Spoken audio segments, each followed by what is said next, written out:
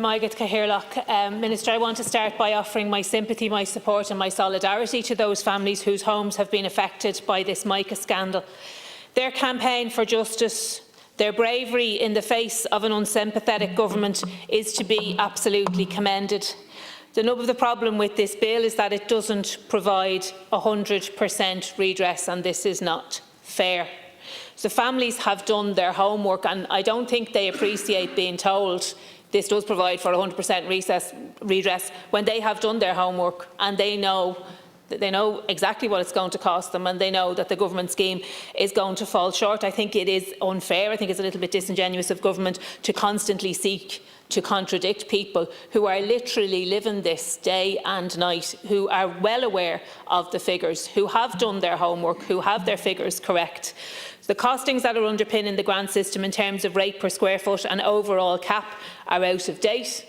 They're not relevant for all of the counties impacted. These have to be updated before any scheme opens. Furthermore, the terms of reference for the costings are too restrictive, excluding foundations, garages, boundary walls. These also have to be included. They are part of the home.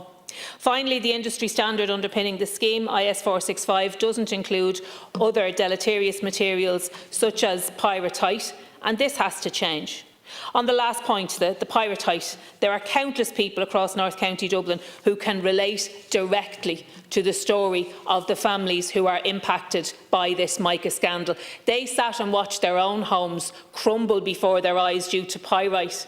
They had to campaign to secure a remediation scheme. They had to campaign again to get that scheme made fit for purpose. Many of them still cannot sell their homes. They can't move on with their lives.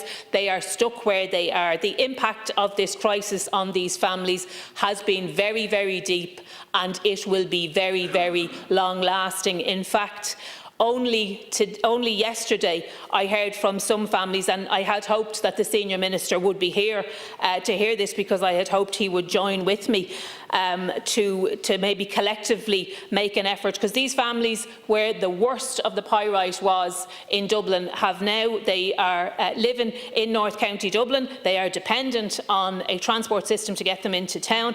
They've had the Fingal Express now withdrawn from them. This is another blow, and yet they are stuck where they are. The bus service is vital. I want it restored, and I want the Minister for Transport to do his work with the other TDs in my area. But when the people in my constituency, Minister, look on the television and they see the homes that are crumbling, they feel that sense of solidarity because they have had to live through it themselves. And they now find themselves, many of them, in a situation where they cannot sell their homes, they cannot move on with their lives, their families have grown and they are stuck. So the impact of not getting this right will be far-reaching and will last for decades. Good.